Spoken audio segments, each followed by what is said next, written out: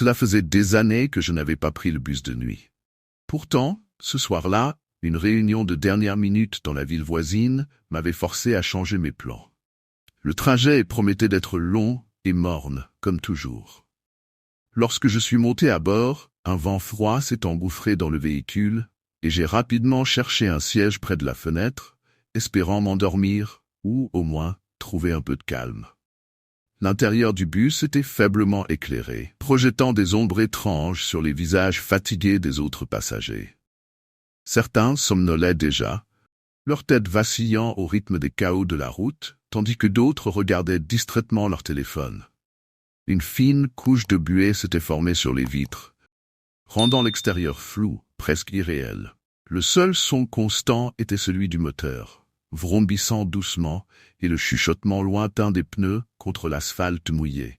J'ai regardé ma montre. Il était à peine 22 heures, mais l'obscurité avait avalé tout le paysage. Je me suis calé contre la vitre, espérant trouver une position confortable, mais le froid qui émanait de l'extérieur me traversait malgré ma veste. C'était une de ces nuits où tout semblait plus pesant, comme si l'air lui-même avait une densité inhabituelle. Je me souviens avoir pensé que ce serait une de ces nuits sans sommeil. J'étais à moitié assoupi lorsque j'ai senti quelqu'un s'asseoir à côté de moi. Le bus avait fait une courte pause à une station isolée pour laisser monter quelques nouveaux passagers. Sans lever les yeux, j'ai remarqué une présence à ma gauche. C'est à ce moment-là que cette sensation étrange m'a envahi. Il y avait quelque chose de familier dans cette personne, mais je n'arrivais pas à déterminer quoi. Peut-être que je l'avais déjà croisé quelque part, dans une autre ville, une autre circonstance. Le bus reprenait la route et je me suis permis un rapide coup d'œil dans sa direction. Il était assis droit, immobile, les mains posées sur ses genoux, regardant fixement devant lui. Il n'avait pas l'air de vouloir entamer une conversation, ce qui m'allait parfaitement. Il y avait quelque chose de déconcertant dans son visage. Bien qu'il soit dans la pénombre, je distinguais ses traits durs, presque figés, comme si un masque invisible lui couvrait le visage. Je n'ai pas insisté, j'ai détourné les yeux, me disant que c'était juste mon imagination et que la fatigue y était pour beaucoup. Pourtant, cette sensation de malaise persistait. Son immobilité était troublante. Pendant de longues minutes, il n'a pas bougé, pas même pour se repositionner ou croiser les jambes. Le silence entre nous devenait de plus en plus lourd, comme si la présence de cet homme à mes côtés drainait toute forme de confort. J'ai essayé de me concentrer sur mon téléphone, mais mes doigts étaient glacés, comme si la température avait chuté d'un coup. Je ne pouvais pas m'empêcher de me demander pourquoi il me semblait si familier. Alors que les minutes s'égrenaient, une étrange torpeur m'envahissait, et je luttais pour ne pas m'endormir. Soudain, j'ai ressenti un changement. L'air autour de moi est devenu glacial, bien plus que ce que je pouvais supporter. Un frisson m'a parcouru l'échine, comme si une présence invisible me frôlait. J'ai tenté d'ignorer cette sensation, mais l'atmosphère était devenue presque oppressante. J'ai tourné la tête vers la fenêtre pour échapper à ce malaise, et c'est là que je l'ai vu. Le reflet de l'homme, assis à côté de moi, était parfaitement visible dans le verre embué. Son visage figé, le regard vide fixé droit devant lui, comme il l'avait été tout le long du trajet. Pourtant, quelque chose n'allait pas. Je pouvais sentir un vide à côté de moi. Pris d'un doute grandissant, j'ai tourné lentement la tête pour regarder directement le siège voisin. Il était vide. Mon cœur s'est mis à battre la chamade. C'était impossible. J'avais vu son reflet. Il devait être là. Mes yeux se sont à nouveau posés sur la vitre, et cette fois encore, le reflet du passager était visible.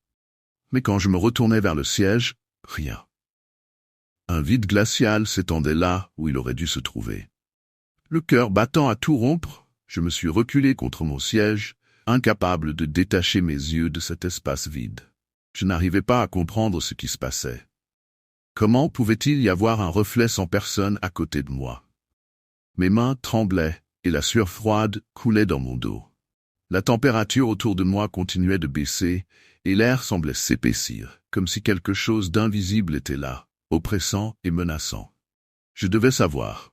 À la prochaine halte, lorsque le bus s'arrêta brièvement dans une petite gare routière déserte, j'ai bondi hors de mon siège, trop perturbé pour rester assis. Je me suis approché du chauffeur, essayant de garder mon calme. Je lui ai posé des questions sur les passagers, lui décrivant l'homme que j'avais vu.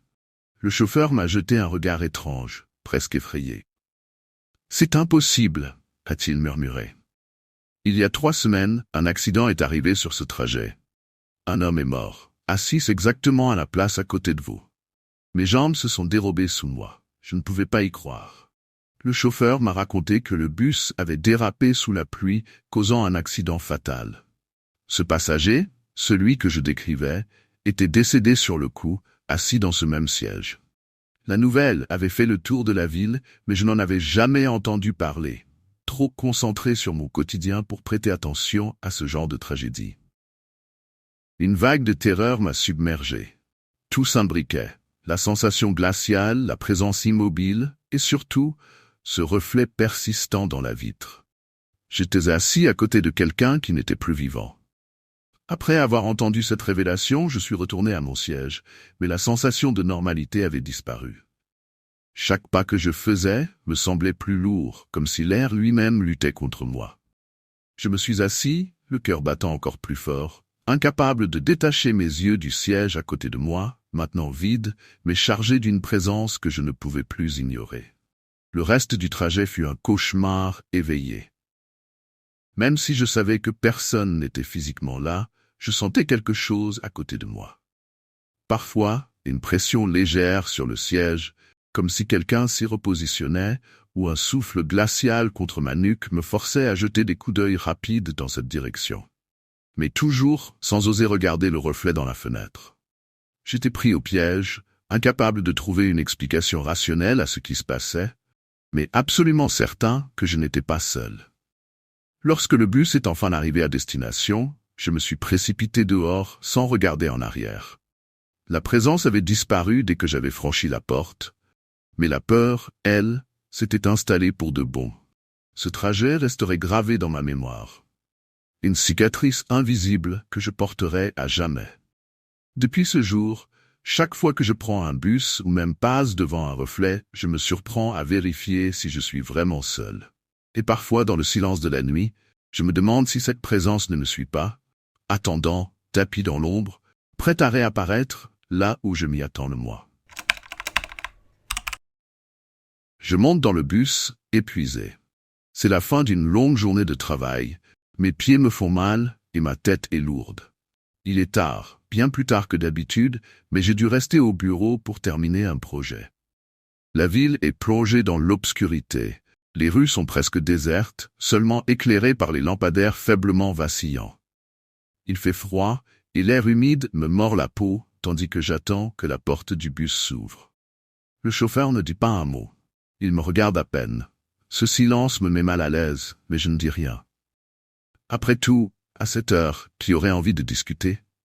Je lui montre mon billet et avance dans l'allée déserte.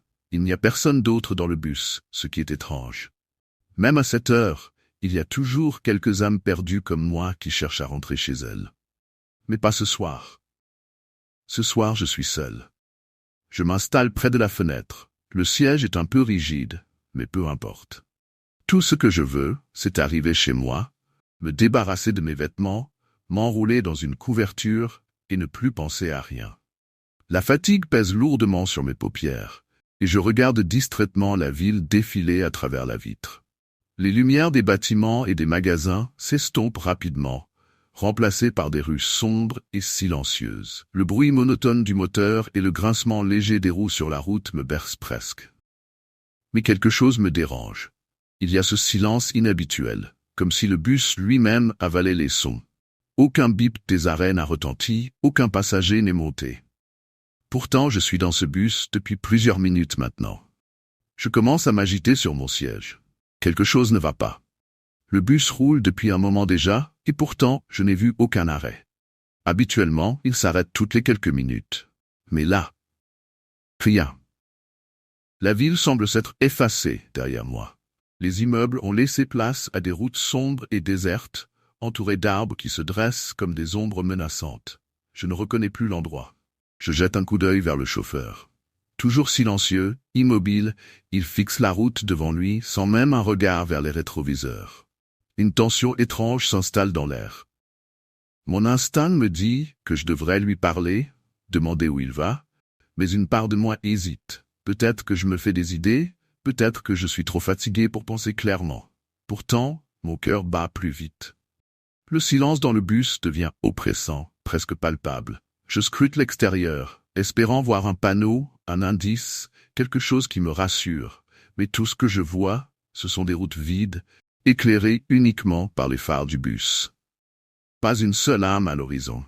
Aucun autre véhicule, aucune maison, seulement cette route interminable et obscure. Je sors mon téléphone pour vérifier l'heure. Plus de 30 minutes se sont écoulées depuis que je suis monté. C'est bien trop long.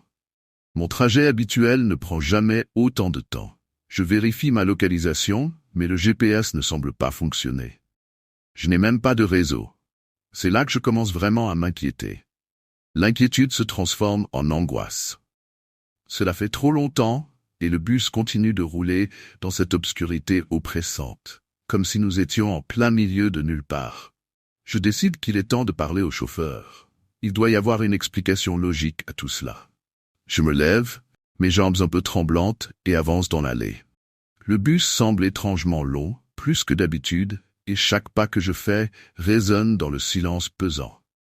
J'arrive près du chauffeur, mais quelque chose me bloque. Il ne bouge pas. Son regard est toujours rivé sur la route, figé. Pas une seule fois il n'a tourné la tête depuis que je suis monté. Son visage est caché par l'ombre. Mais je peux distinguer sa mâchoire crispée, ses mains agrippant fermement le volant. Je lui demande d'une voix hésitante si nous allons bientôt arriver. Aucune réponse. Il ne me regarde même pas. Je me racle la gorge, essaie encore, un peu plus fort cette fois, mais le silence est total.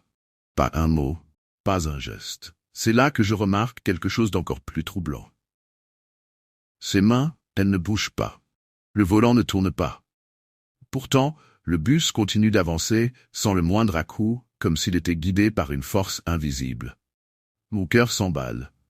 Je recule lentement, les yeux fixés sur lui, en essayant de comprendre ce qui se passe. Je retourne à mon siège, la panique commençant à s'insinuer en moi. Je sens que quelque chose ne tourne pas rond, que je ne suis plus dans la réalité familière que je connais. Ce trajet n'a rien de normal. Je m'assieds à nouveau, le souffle court, essayant de reprendre mes esprits. Tout semble irréel. J'attrape mon téléphone une nouvelle fois, mais il n'y a toujours aucun signal. Pas de GPS, pas de réseau. Je tente de me calmer, de réfléchir, mais l'angoisse monte en moi comme une marée noire.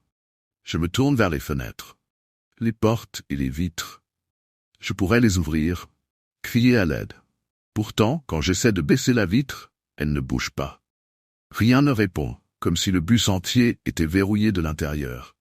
Je tire plus fort, frénétiquement maintenant, mais tout est scellé. C'est comme si je me trouvais dans une cage mobile, condamné à suivre ce trajet interminable sans issue. Je me relève à nouveau, désespéré, et marche vers l'arrière du bus. C'est là que je les vois. Des ombres. Elles ne devraient pas être là, j'en suis certaine. Avant, j'étais seul. Mais maintenant, dans les rangées du fond, quelque chose bouge. Des silhouettes indistinctes, floues, à peine visibles dans l'obscurité, se glissent entre les sièges. Mon cœur s'arrête. Je sais que je ne suis pas seul. Les ombres ne sont pas humaines. Elles se déplacent d'une manière étrange, presque fluide, comme si elles flottaient entre les rangées. J'entends des murmures à peine audibles, des chuchotements qui semblent provenir de nulle part et de partout à la fois. Je m'approche, lentement, tentant de voir plus clairement, mais dès que je m'avance, les silhouettes disparaissent, comme des mirages dans l'obscurité. Je recule, glacé par la peur. Mes mains tremblent et je retourne précipitamment à mon siège. Mon regard se pose de nouveau sur le chauffeur, toujours immobile, toujours muet. Je suis coincé dans ce bus avec ces ombres, et je ne comprends toujours pas ce qu'elles sont, ni ce qu'elles veulent. Le bus accélère soudainement, me projetant contre le dossier de mon siège. Le moteur rugit, brisant enfin le silence pesant, et je me rends compte que nous roulons maintenant bien plus vite qu'avant. Le paysage à l'extérieur n'est plus qu'un flou noir, des formes indistinctes qui défilent à une vitesse effrayante. Je me cramponne à mon siège, le cœur battant à tout rompre. Le chauffeur ne bouge toujours pas. Ses mains restent figées sur le volant, son visage sombre toujours tourné vers l'avant. Mais quelque chose a changé. Il y a cette aura autour de lui, quelque chose de froid, de sinistre, comme si ce n'était pas un être humain qui conduisait, mais une entité. Je peux le sentir maintenant, ce bus, ce chauffeur, ces ombres. Tout cela n'appartient pas à notre monde. Le sol semble se dérober sous mes pieds. J'ai l'impression que nous roulons dans un vide, un endroit qui n'existe pas sur aucune carte. Les ombres se font plus proches, je peux les voir distinctement maintenant. Elles se déplacent avec une lenteur calculée, leur visage déformé, inhumain, fixant droit sur moi. Des rires distordus résonnent, des voix graves, étrangement étouffées, me susurrent des mots que je ne comprends pas. Je hurle. J'appelle à l'aide, mais aucun son ne sort de ma bouche. Le désespoir me submerge. Ce bus ne va jamais s'arrêter. Je ne vais jamais rentrer chez moi. Et c'est là que je le réalise. Ce trajet n'a jamais été destiné à m'amener à une destination familière. Je suis en route vers quelque chose de bien plus sombre, quelque chose d'inconnu. Peut-être que ce bus roule depuis des années, capturant des âmes dans la nuit. Alors que la terreur s'empare de moi, je vois le chauffeur tourner lentement la tête pour la première fois. Ses yeux, ils sont vides. Deux fosses noires me fixent. Et dans ce regard, je comprends enfin, je ne sortirai jamais de ce bus.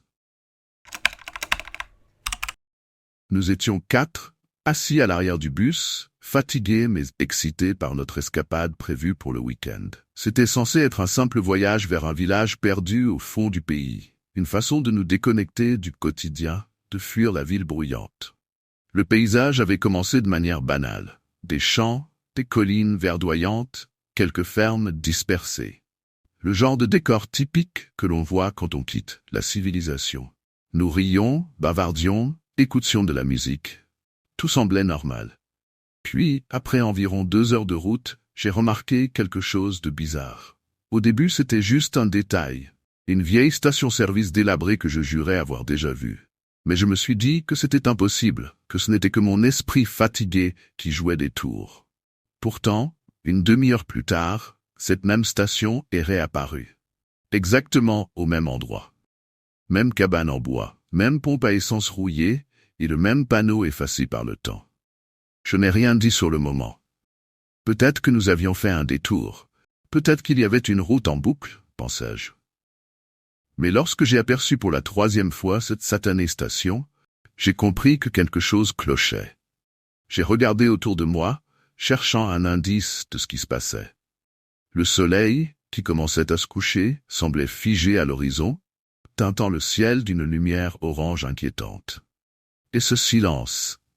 Le ronronnement du moteur était presque hypnotique, mais tout le reste semblait trop calme. Je me suis penché vers Camille, qui était assise à côté de moi, et je lui ai murmuré. « Tu as remarqué que le paysage se répète ?» Elle a levé les yeux de son téléphone, ses sourcils froncés. Elle n'avait pas encore remarqué. Alors que je lui expliquais ce que j'avais vu, elle a commencé à scruter les fenêtres avec plus d'attention. Au bout de quelques minutes, elle a pris une grande inspiration et a hoché la tête. « T'as raison, a-t-elle chuchoté. C'est vraiment bizarre. » Dès lors, l'atmosphère a changé. Ce qui devait être un voyage banal s'est transformé en quelque chose de lourd, oppressant. Nous nous sommes tous mis à fixer les fenêtres, à chercher des réponses dans ce décor qui défilait encore et encore.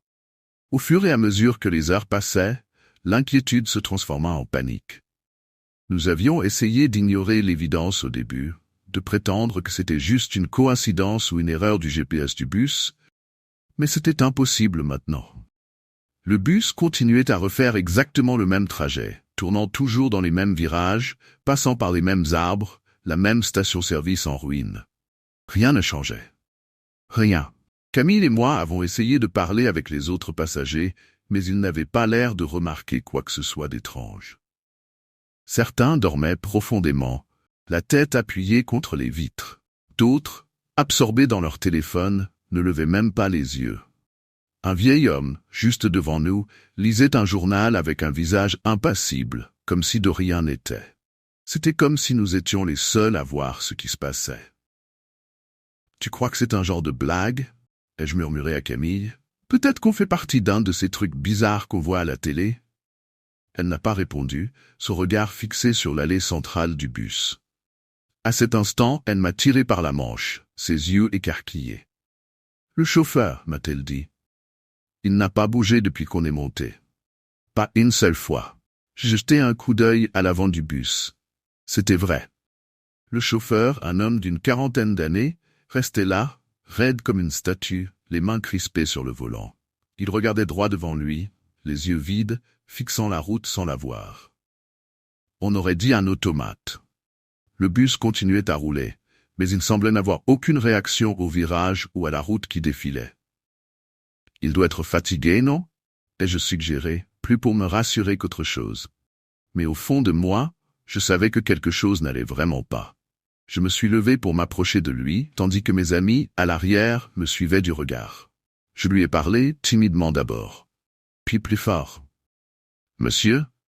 Monsieur, vous allez bien ?» Aucune réponse. Pas un clignement d'œil. Ses doigts semblaient soudés au volant, comme s'il ne pouvait plus les bouger. Je me suis tourné vers les autres, le cœur battant à tout rompre. Il est complètement absent, et je dis, il n'entend rien. Il est comme en transe. C'est là que la véritable peur a commencé à s'installer. Les passagers continuaient à agir normalement, comme si de rien n'était. Nous étions piégés dans ce bus, dans une boucle interminable, et personne ne semblait s'en rendre compte. C'est quand nous avons tenté de contacter le monde extérieur que nous avons compris l'ampleur du cauchemar dans lequel nous étions plongés. J'ai sorti mon téléphone pour vérifier l'heure, mais il était figé. L'écran affichait toujours 18h42, la même heure que lorsque nous avions remarqué pour la première fois que quelque chose n'allait pas. J'ai tenté de rafraîchir, de redémarrer le téléphone, mais rien ne changeait. Les autres ont vérifié leurs téléphones également. Tous étaient bloqués à cette même heure, comme si le temps lui-même s'était arrêté pour nous. « C'est quoi ce bordel ?» a lâché Thomas, en secouant son téléphone avec frustration. Pas de réseau, pas de GPS, rien. Nous avons essayé de capter un signal, de faire des appels d'urgence, mais c'était inutile. Pas de connexion, pas de moyen de joindre qui que ce soit.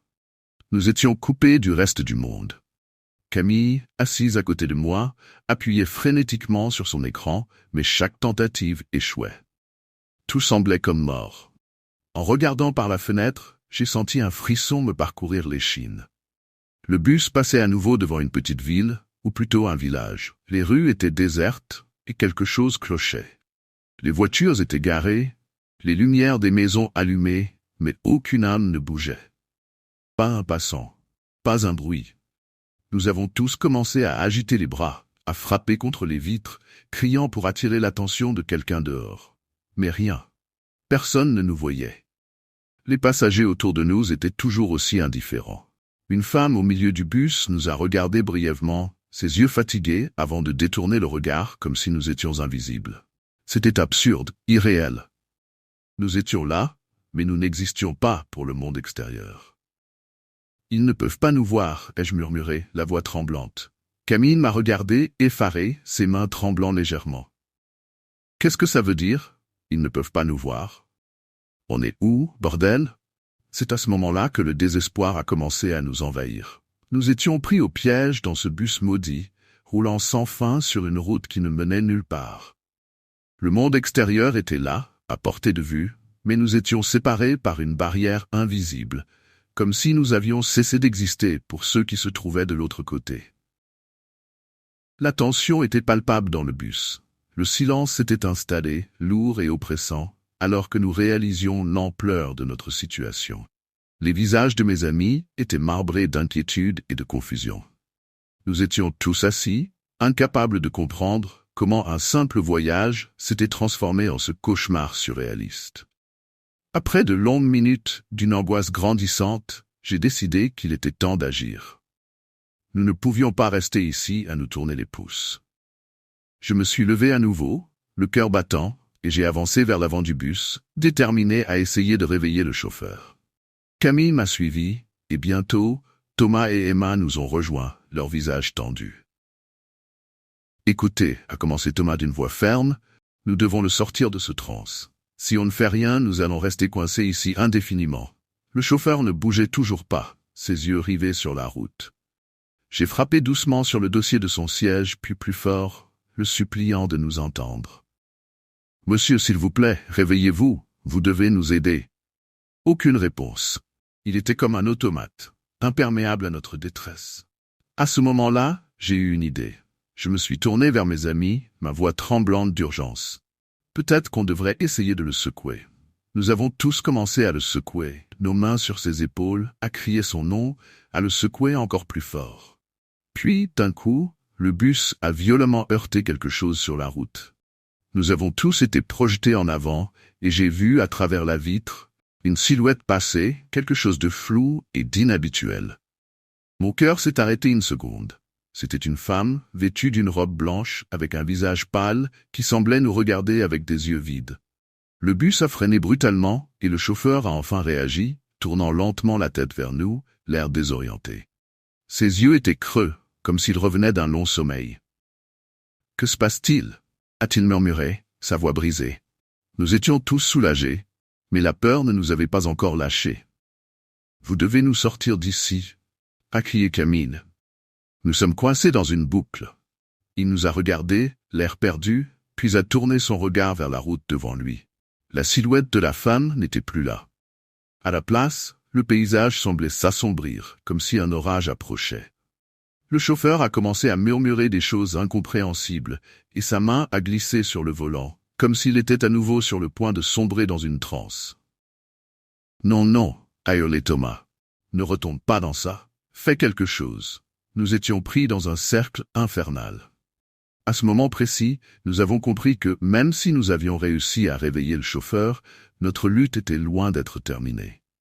Nous n'étions pas en sécurité et le véritable cauchemar ne faisait que commencer. La situation atteignait un point critique. Nous étions piégés dans ce bus et la tension était à son comble.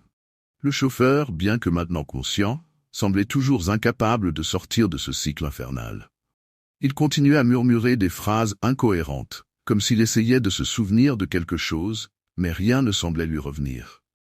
Camille, Thomas et Emma, désespérés, se regardaient, cherchant des réponses que nous n'avions pas.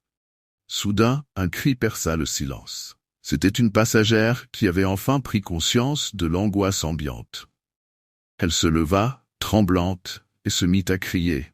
« Pourquoi ne sortons-nous pas? Qu'est-ce qui se passe ici ?» Le chauffeur tourna son regard vers elle, mais il ne pouvait pas répondre.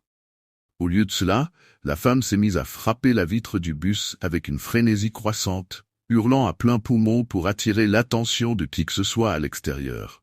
Mais il n'y avait personne, seulement ce silence inquiétant qui pesait sur nous comme un couvercle. Nous avons commencé à réaliser que quelque chose de sinistre se cachait derrière cette boucle sans fin. Chaque fois que le bus passait devant les mêmes paysages familiers, des détails devenaient de plus en plus déformés. Les arbres semblaient se pencher vers nous, les ombres sur la route s'étiraient comme des doigts longs et décharnés. La sensation de désespoir s'épaississait, se transformant en un sentiment de menace imminente. « Je ne peux pas rester ici », a dit Emma, sa voix brisée par la peur. « Nous devons sortir. » Nous avons tous convenu que rester dans le bus, c'était comme attendre notre destin. Il nous fallait agir. Nous devions essayer de quitter ce véhicule maudit. Nous avons décidé de nous rassembler et de frapper ensemble la porte de sortie, nos cris se mêlant au cou. Mais la porte restait obstinément verrouillée, comme si elle était scellée par une force invisible. En désespoir de cause, j'ai pris une grande inspiration et je me suis dirigé vers le chauffeur, déterminé à le secouer de nouveau. « Écoutez, vous devez nous aider à sortir.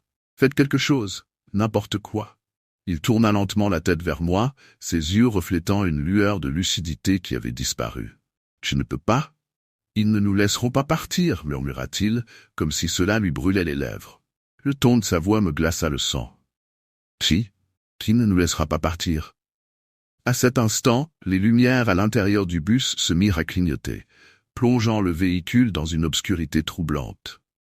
Un souffle glacial s'insinua à travers les rangées, et je sentis une présence, une ombre se faufiler derrière nous. La peur se transforma en terreur. Nous étions entourés, piégés par quelque chose de bien plus puissant que nous. Alors que les murmures s'intensifiaient, je compris qu'il ne s'agissait pas seulement d'un voyage malheureux, mais d'une lutte pour notre survie. Les silhouettes que nous avions aperçues étaient peut-être les dernières âmes qui avaient tenté de s'échapper, mais elles avaient échoué.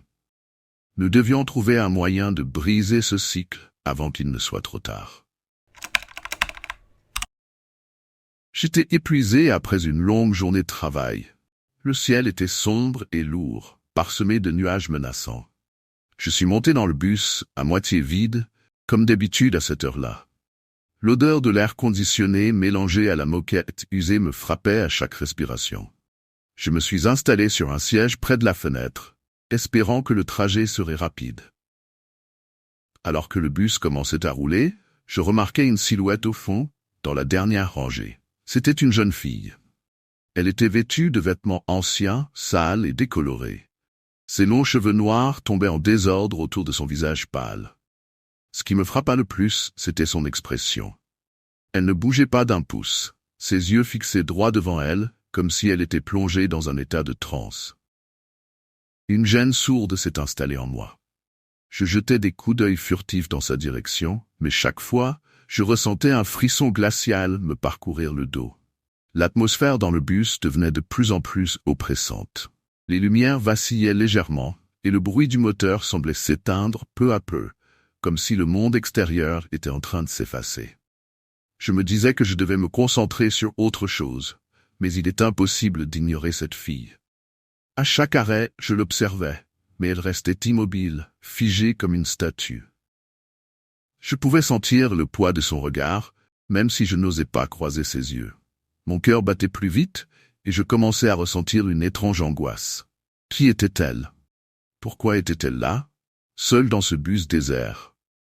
Alors que le bus roulait sur des routes sinueuses, je sentais une inexplicable connexion avec elle, mais aussi une peur grandissante. Mes pensées tourbillonnaient. Devrais-je lui parler? Est-ce que cela valait le risque? Les minutes s'étiraient, et cette tension semblait emplir l'espace autour de moi. Une seule question restait en suspens dans mon esprit. Qu'est-ce qui n'allait pas chez cette fille? La tension dans le bus était palpable, et malgré mes efforts pour détourner le regard, je ne pouvais pas m'empêcher de me concentrer sur la jeune fille assise à l'arrière. À chaque minute qui passait, ma curiosité grandissait, comme une boule de neige dévalant une pente. Je me levais lentement, mes jambes tremblantes d'appréhension, et je m'avançais doucement vers elle. Le bruit de mes pas résonnait comme un écho dans l'obscurité. Mon cœur battait la chamade alors que je me rapprochais. Ses traits devenaient de plus en plus visibles, ses yeux sombres étaient enfoncés, son visage semblait être figé dans un mélange d'angoisse et de tristesse. Je ressentais un mélange de fascination et de terreur. Que lui était-il arrivé? Pourquoi était-elle là, seule dans cette nuit froide? Alors que je m'approchais encore, une sensation glaciale m'envahit. C'était comme si l'air autour d'elle était chargé d'une énergie étrange. Je me suis arrêté à quelques mètres, incapable de dire un mot. Mon esprit tournait en rond, oscillant entre l'envie de lui parler et la peur de sa réaction. Je me penchai légèrement pour mieux l'observer. C'est alors que je remarquai des détails qui m'avaient échappé auparavant. Ses vêtements étaient déchirés, couverts de poussière et de taches obscures, comme si elle venait de sortir d'un autre temps. Je ne pouvais pas détacher mes yeux d'elle. Chaque fibre de mon être me disait de reculer, mais quelque chose en moi voulait comprendre. Au fond, je savais que cela n'était pas normal. Pourquoi une fille aussi étrange serait-elle dans un bus vide à cette heure de la nuit? La pensée que je pouvais être en danger m'effleura l'esprit, mais la curiosité l'emportait. La lumière du bus clignota soudainement, ce qui me fit sursauter. En relevant les yeux, je vis qu'elle me fixait. Son regard, à la fois vide et perçant, semblait transpercer mon âme. Dans un élan de courage, je me suis décidé à parler. J'ai ouvert la bouche pour dire quelque chose, mais aucun son ne sortit. Un frisson parcourut mon échine et je compris que, d'une manière ou d'une autre, j'étais lié à elle, mais je ne savais pas pourquoi. Mes pensées s'en mêlaient, et une question s'imposait à moi. Devais-je vraiment m'approcher davantage ou retourner à mon siège et ignorer cette situation troublante? Mais la réponse semblait déjà se dessiner.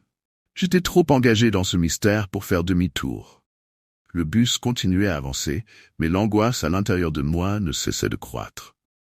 J'étais tiraillé entre la curiosité et une peur viscérale. Je savais que je ne pouvais pas rester là sans en savoir plus sur cette fille. Je suis retourné à mon siège, mais l'image de son visage restait gravée dans ma mémoire. J'avais besoin de réponses. D'un geste hésitant, je me suis levé à nouveau et me suis dirigé vers le conducteur. Il semblait absorbé par la route, le regard fixé devant lui, indifférent à l'étrangeté de la situation. Je me suis raclé la gorge pour attirer son attention. « Excusez-moi » ai-je commencé, ma voix tremblante trahissant ma nervosité. « Qui est cette fille à l'arrière? Pourquoi est-elle ici toute seule ?» Le conducteur, sans même me regarder, a simplement hoché la tête. « Elle est toujours là », dit-il d'un ton monotone. « Personne ne s'en préoccupe. Ne la dérangez pas. » Ces mots résonnaient dans ma tête comme un avertissement, mais je ne pouvais pas accepter cette réponse. Qui était-elle pour qu'on ne puisse pas lui parler? Pourquoi semblait-elle prisonnière de cet endroit, tout comme nous? Mais elle semble étrange. Ai-je tenté de protester, cherchant désespérément à comprendre. Je m'attendais à une réaction, mais le conducteur se contenta de hausser les épaules. « C'est juste une passagère, rien de plus. Vous devriez rentrer à votre place et profiter du trajet. » Mon cœur battait la chamade. Il était clair que ce chauffeur savait plus qu'il ne le laissait entendre, mais sa froideur ne me donnait aucune réponse. Je suis retourné à ma place, avec mon esprit en ébullition. La jeune fille m'obsédait. Chaque détail de son apparence, chaque mouvement qu'elle ne faisait pas, me hantait. Pourquoi restait-elle immobile, comme si elle était figée dans le temps? Les lumières du bus clignotaient de plus en plus, et le son du moteur semblait de plus en plus lointain. J'ai décidé d'essayer de convaincre mes amis de la situation. Peut-être qu'ensemble, nous pourrions comprendre ce qui se passait. Je me suis tourné vers eux, mais à cet instant, je me suis rendu compte qu'ils ne prêtaient pas attention à la fille. Ils discutaient tranquillement, comme si tout était normal. Une vague de désespoir m'a envahi. J'avais l'impression d'être le seul à percevoir l'anomalie. La tension dans l'air devenait palpable, et je commençais à avoir l'impression que quelque chose d'inéluctable se profilait à l'horizon. Je me sentais coincé dans un cauchemar éveillé, où la vérité m'échappait, et où la jeune fille à l'arrière continuait de me fixer avec un regard qui semblait me dire que je devais comprendre, mais je ne savais pas comment. Les minutes passaient, et l'atmosphère à l'intérieur du bus devenait de plus en plus oppressante. Je ne pouvais pas ignorer l'angoisse qui s'installait en moi, comme une ombre grandissante. Mes amis semblaient absorbés par leur conversation, mais moi, j'étais pris au piège dans un tourbillon de pensées sombres. Pourquoi personne d'autre ne voyait cette fille? Pourquoi le conducteur ne voulait-il rien dire? Chaque battement de mon cœur me semblait résonner dans le silence pesant du bus. D'un coup, le bus ralentit, et un frisson me parcourut l'échine. Je me suis retourné et observé la jeune fille au fond. Elle restait immobile, mais cette fois, je pouvais voir son visage plus clairement, et un sentiment de terreur m'envahit. Ses yeux, qui semblaient vides et froids, brillaient d'une lueur inquiétante, comme s'ils renfermaient des secrets que personne ne devrait connaître. Je me suis décidé à faire quelque chose. Je me suis levé à nouveau, m'approchant avec détermination, bien que chaque pas semblait plus lourd que le précédent. Lorsque j'ai atteint la dernière rangée, j'ai ressenti une boule dans mon ventre. « Excuse-moi » ai-je murmuré, ma voix tremblant à peine. « Tu vas bien ?» Elle n'a pas répondu, ne bougeant toujours pas. Son regard était fixé droit devant, comme si elle m'ignorait complètement. Mon cœur s'est mis à battre de plus en plus vite. « Écoute » ai-je insisté, « tu es ici depuis longtemps ?» Soudain, une main s'est posée sur mon épaule et je me suis retourné brusquement. C'était le conducteur. Son visage était marqué par une expression que je n'avais jamais vue auparavant, une sorte de mélange de crainte et de détermination. « Je t'ai dit de ne pas la déranger » a-t-il dit d'une voix basse, presque menaçante. « Elle fait partie de ce bus. Tu ne devrais pas être ici. » Je ne comprenais pas. Mais pourquoi? Qui est-elle? La panique commençait à monter en moi, comme si quelque chose de terrible se préparait. « Elle est toujours là » a-t-il murmuré, son regard fuyant. « Personne ne peut partir si elle est présente. Comprends-tu » Ces mots étaient comme un coup de poignard. Je reculai instinctivement, le regard fixé sur la jeune fille. Ce qu'il venait de dire ne laissait présager rien de bon. Je me suis senti piégé dans un cauchemar dont je ne pouvais pas me réveiller. Le bus était comme un labyrinthe. Et cette fille était le cœur de ce mystère sinistre. Mon regard s'est fixé sur elle, et pour la première fois, j'ai eu l'impression qu'elle était consciente de ma présence. Elle s'est légèrement tournée vers moi, et j'ai eu l'impression que son visage se déformait, comme si un sourire se dessinait sur ses lèvres sans jamais y parvenir. Je suis revenu à mon siège, la peur se transformant en terreur pure. Mes amis continuaient à rire, inconscients de la menace qui pesait sur nous. Je ne pouvais pas rester là à les regarder. J'étais maintenant convaincu qu'il fallait que je fasse quelque chose avant qu'il ne soit trop tard. Mais quoi? Je savais que je n'avais pas beaucoup de temps avant que la situation ne dégénère, et une seule pensée traversait mon esprit. Comment échapper à cet enfer sans fin? Alors que le bus continuait de rouler, la tension atteignait un point de rupture. Les rires de mes amis résonnaient comme des échos lointains, et je me sentais de plus en plus isolé dans ce contexte oppressant. Mon regard était rivé sur la jeune fille, dont l'immobilité prenait des proportions presque surnaturelles. C'était comme si elle avait absorbé tout le mouvement et la vie autour d'elle, laissant derrière elle une empreinte d'angoisse. Je savais que je ne pouvais pas rester là à ne rien faire. Une idée désespérée m'est venue. Il fallait que j'intervienne avant qu'il ne soit trop tard. Je me suis levé, le cœur battant, et je suis allé voir le conducteur, déterminé à comprendre ce qui se passait vraiment. « Écoutez » ai-je commencé, ma voix tremblante. « Nous devons faire quelque chose à propos de cette fille. Elle n'est pas normale. » Le conducteur m'a regardé, son visage se fermant lentement. « Je t'ai dit de ne pas t'en préoccuper. » a-t-il répété d'un ton sec, mais je pouvais voir la nervosité dans ses yeux. « Tu ne sais pas de quoi tu parles. Elle est là pour une raison. »« Une raison ?» me suis-je indigné. « C'est une prisonnière. Nous devons l'aider. » À cet instant, le bus s'est arrêté brusquement. Les lumières ont vacillé, et un silence angoissant s'est installé. J'ai regardé par la fenêtre, mais tout ce que je pouvais voir, c'était l'obscurité, comme si le monde extérieur avait disparu. Mes amis, à présent conscients de la situation, avaient cessé de rire. Leur regard était braqué sur moi, interrogateur et inquiet. Le conducteur s'est tourné vers moi, son visage blême. « Je t'ai prévenu, » a-t-il murmuré, presque dans un souffle. « Il est trop tard maintenant. » À cet instant, je sentis une vague de froid s'emparer de moi. Je me suis retourné vers la jeune fille, et j'ai vu ses yeux s'animer. Elle n'était plus immobile, mais son corps semblait se déformer, comme si elle s'étirait hors des limites de sa chair. C'était à la fois fascinant et terrifiant. Mes amis ont commencé à murmurer entre eux, l'inquiétude se lisant sur leurs visages. « Qu'est-ce qui se passe ?» demanda l'un d'eux, mais je n'avais pas de réponse. Mon regard était fixé sur la jeune fille, qui maintenant semblait sourire, mais un sourire qui ne présageait rien de bon. Soudain, un cri perça le silence du bus. Une de mes amies avait vu quelque chose à la fenêtre. En me retournant, j'aperçus une silhouette sombre se profilant à l'extérieur. C'était une forme indistincte, mais je pouvais sentir son regard pesant sur nous. C'était comme si cette chose cherchait à entrer, à rejoindre la fête de l'horreur qui se déroulait à l'intérieur du bus. Le bus a commencé à vibrer, et les lumières se sont éteintes complètement. Le chaos s'est installé. Les cris et les hurlements ont envahi l'espace confiné. Je savais que la situation était devenue critique. « Il faut sortir !» ai-je crié, mais où aller? Le monde extérieur semblait tout aussi dangereux que ce bus maudit.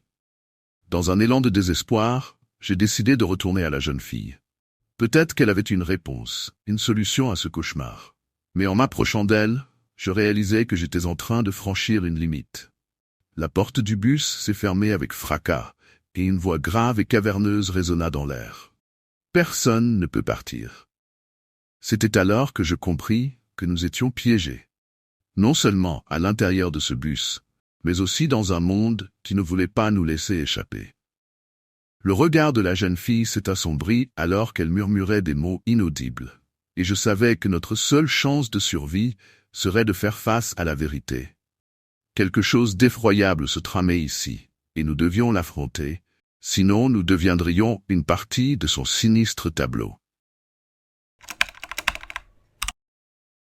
J'avais eu une journée interminable. Les heures au bureau s'étaient étirées sans fin, et tout ce que je voulais, c'était rentrer chez moi, m'effondrer sur mon lit et oublier l'épuisement qui pesait sur mes épaules. Alors, quand je suis arrivé à l'arrêt de bus, mon cœur a chuté en voyant le dernier bus de la nuit s'éloigner lentement au coin de la rue, ses feux arrière rouges disparaissant dans la brume nocturne. Je me suis arrêté, essoufflé, et une vague de frustration m'a envahi. Comment avais-je pu rater ce bus? Je n'avais plus aucun moyen de rentrer chez moi. Il était trop tard pour appeler un taxi. Dans cette partie de la ville, ils étaient rares, surtout à cette heure. Je pouvais sentir la fraîcheur humide de la nuit s'infiltrer à travers mes vêtements. Le silence autour de moi n'était brisé que par le bruit lointain de la circulation, bien trop loin pour m'apporter un quelconque réconfort. Je me suis assis sur le banc froid de l'arrêt de bus, le bois vieux et usé grinçant sous mon poids. Les minutes s'étiraient, et un sentiment d'impuissance s'installait lentement en moi. L'obscurité semblait devenir plus dense à chaque seconde, comme si la nuit elle-même me rappelait que j'étais seul, complètement seul. Les lampadaires au-dessus de moi grésillaient de temps à autre, projetant des ombres étranges sur le trottoir vide. J'ai sorti mon téléphone, vérifiant l'heure une énième fois, comme si cela pouvait changer quelque chose. Il était tard, trop tard. Alors que je commençais à envisager de marcher jusqu'à chez moi, quelque chose d'étrange se produisit. Un bruit sourd, venant de loin, retentit dans le silence. Au début, je pensais que c'était le vent, mais non, c'était le moteur d'un bus. Intrigué, je me levai et regardai autour de moi. À travers le voile de brume qui enveloppait la rue, je vis apparaître un bus. Il était ancien, usé, et avançait lentement vers l'arrêt, comme s'il sortait tout droit d'une autre époque. Il n'y avait pas de lumière visible à l'intérieur, sauf celle, blafarde, des phares qui découpaient péniblement l'obscurité. Le bruit du moteur semblait trop lourd, comme s'il luttait contre quelque chose d'invisible. L'absence de tout affichage de destination sur le front du véhicule me mit mal à l'aise, mais mon besoin de rentrer l'emportait sur mes doutes. Le bus s'arrêta devant moi avec un grincement sinistre. Le chauffeur, une silhouette sombre derrière une vitre sale, ne dit rien. Il se contenta de me fixer à travers les ombres, invisible à cause du reflet des lampadaires. Je me tenais là, hésitant, mais l'idée de passer la nuit dehors me poussa à monter. Dès que je posai le pied à l'intérieur, une odeur de moisie et de poussière m'enveloppa. Les sièges étaient en mauvais état, déchirés, avec de la mousse qui sortait par endroits. Le sol était collant, et il régnait un silence oppressant, comme si ce bus n'avait pas accueilli de passagers depuis des années. Je cherchais des yeux un endroit où m'asseoir et remarquai enfin les autres passagers. Ils étaient éparpillés, immobiles, comme des statues, et à peine visibles dans la pénombre. Mon instinct me criait de descendre tout de suite. Mais il était trop tard. Je m'étais installé sur un siège près de la fenêtre, espérant que la fraîcheur de la nuit à l'extérieur m'aiderait à calmer mes nerfs. Mais dès que je m'assis, je sentis un frisson étrange me parcourir. Ce n'était pas le froid, c'était autre chose, une sensation d'inconfort profond, comme si je n'aurais jamais dû être là. Je jetai un coup d'œil autour de moi, observant les autres passagers. Il y en avait une poignée, éparpillés dans le bus, chacun perdu dans son propre monde. Mais quelque chose clochait. Leur immobilité était troublante. Leur corps semblait figé dans des positions presque artificielles, comme s'ils n'étaient pas tout à fait réels. Le premier homme que je remarquai était assis à l'avant, le dos droit, les yeux fixés sur le vide. Sa peau paraissait étrange, trop pâle, presque transparente sous l'éclairage faible du bus. À ma gauche, une vieille femme au visage ridé était courbée sur son siège. Ses vêtements étaient vieux, usés, comme s'ils avaient traversé des décennies sans jamais être changés. Ses mains, tachetées et squelettiques, reposaient immobiles sur ses genoux. Ce qui me troubla le plus, c'étaient ses yeux. Ils étaient ouverts, mais vides, sans éclat ni vie, comme si elle regardait à travers moi, ou peut-être à travers le temps lui-même. Je me dis que je devais simplement être fatigué, que j'avais travaillé trop tard, que mon esprit me jouait des tours. Mais plus je les observais, plus cette sensation oppressante grandissait. Ils étaient trop silencieux, trop immobiles. Personne ne bougeait. Pas un geste, pas un soupir, pas même le moindre clignement d'yeux. Je tentais de capter l'attention de l'un d'eux. Je me raclai la gorge, espérant provoquer une réaction. Mais personne ne bougea. Pas un seul regard en ma direction. Mon malaise s'intensifiait, comme si j'étais le seul être vivant dans un monde figé.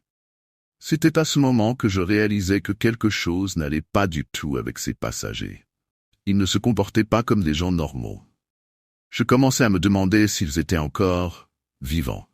Le bus avançait lentement, trop lentement. À travers la fenêtre, je tentais de reconnaître les rues, mais rien ne me semblait familier. Au lieu des quartiers habituels, la route nous emmenait dans des endroits étranges, des ruelles sombres et désertes, avec des bâtiments en ruine, comme abandonnés depuis des années. La lumière des lampadaires était rare, et quand elle apparaissait, elle projetait des ombres distordues et sinistres sur le pavé déformé. Un sentiment d'oppression grandissait en moi.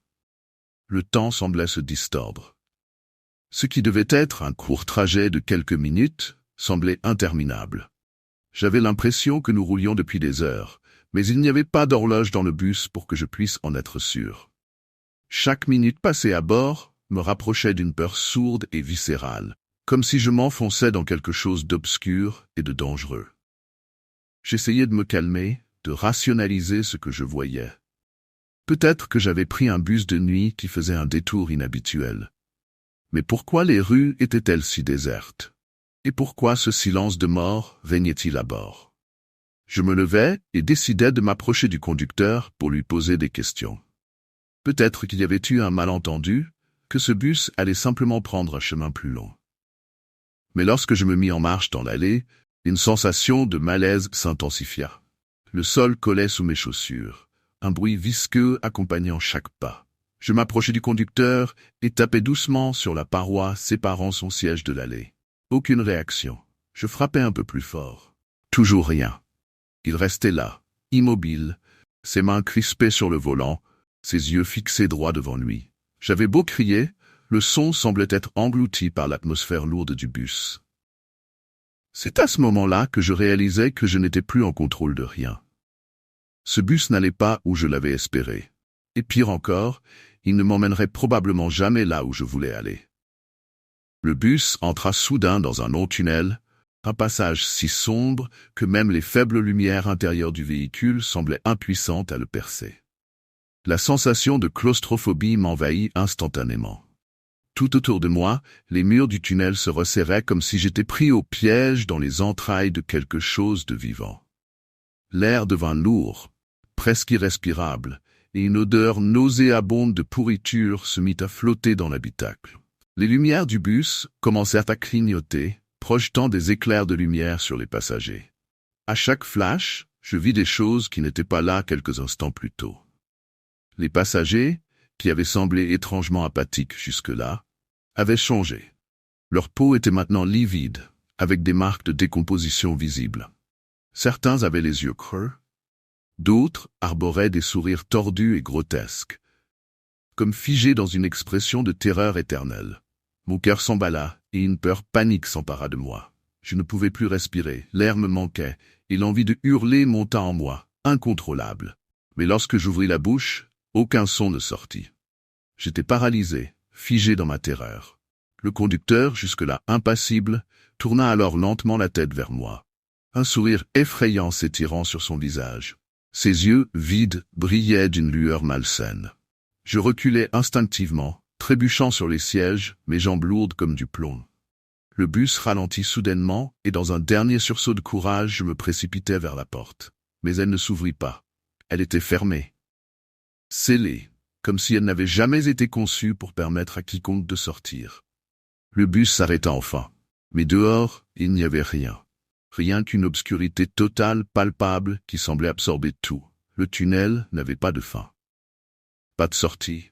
J'étais pris au piège dans un voyage sans retour, avec ces créatures qui, je le savais maintenant, n'étaient plus vivantes. Et moi, je n'étais plus simplement un passager. J'étais devenu comme eux. Je venais de finir une longue journée de travail, éreinté et aspirant seulement à rentrer chez moi. Il était tard, trop tard pour que les rues soient animées. Quand j'ai monté dans le bus, il y avait ce silence pesant, ce genre de calme qui rend tout étrange. J'ai choisi un siège à mi-chemin, près de la fenêtre, espérant pouvoir me reposer un peu avant d'arriver à destination. C'est alors que je l'ai remarqué. Un homme, assis au fond du bus, vêtu d'un costume sombre, avec un chapeau parfaitement posé sur sa tête. Il était immobile, presque figé, comme une statue. Son visage était tourné vers l'avant, mais il ne semblait pas vraiment regarder quoi que ce soit. Il ne bougeait pas un frémissement, pas un signe de vie. Cela m'a immédiatement mis mal à l'aise, mais j'ai essayé de me convaincre qu'il s'agissait juste d'un passager fatigué comme moi. Le bus était presque vide à cette heure-là.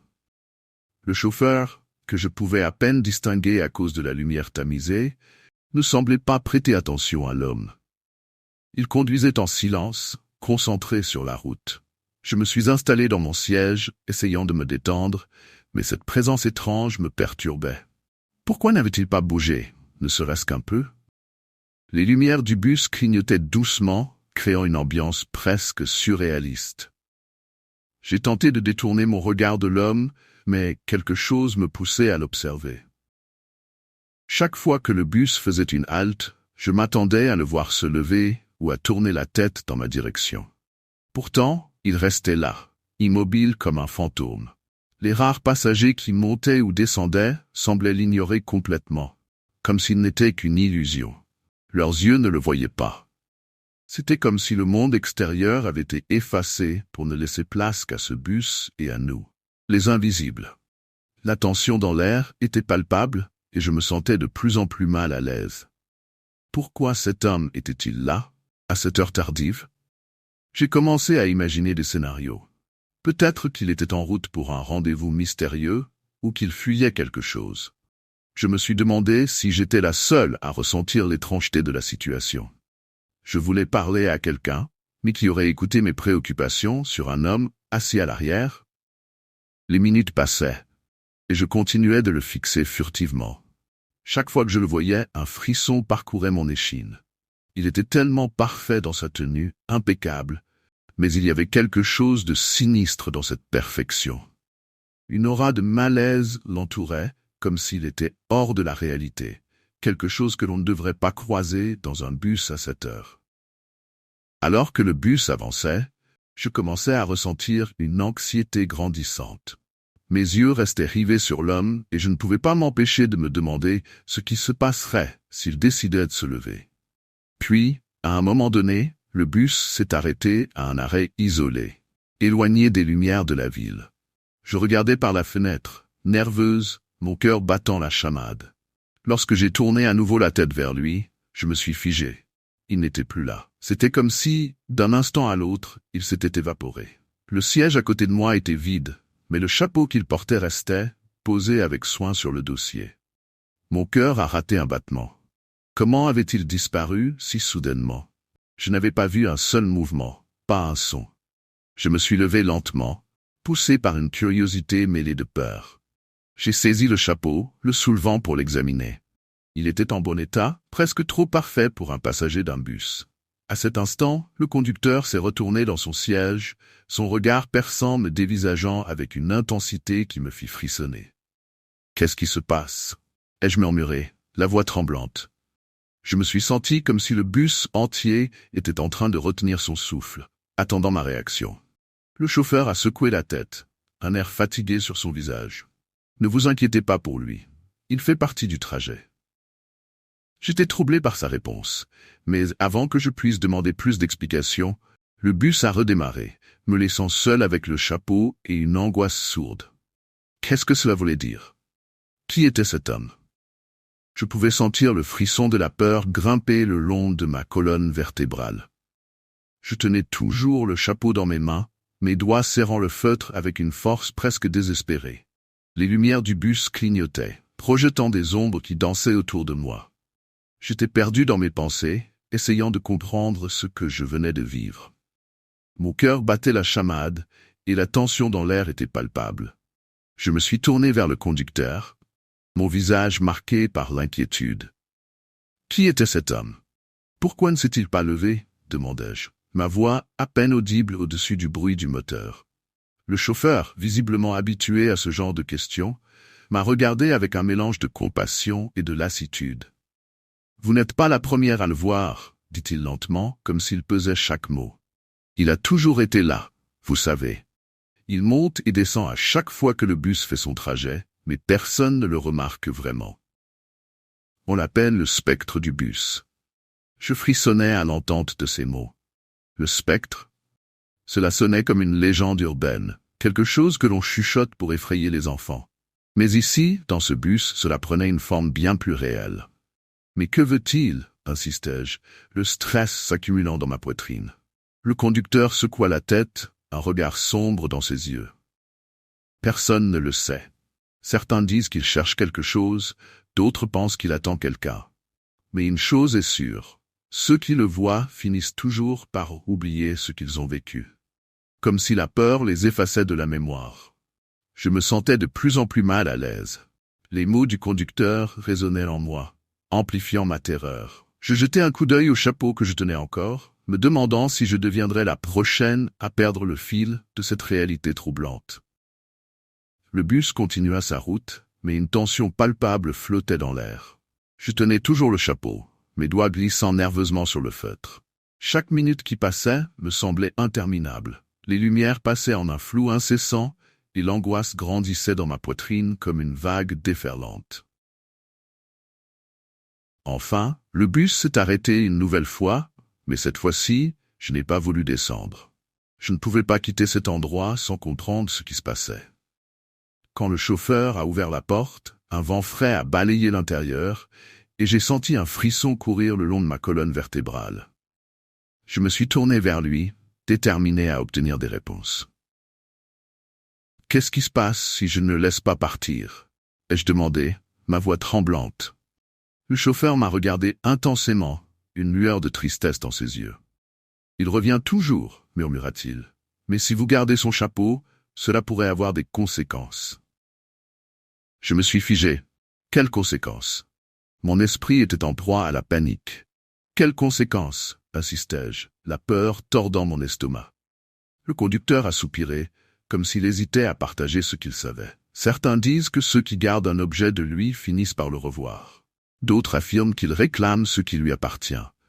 Et cela peut aller bien au-delà d'un simple chapeau.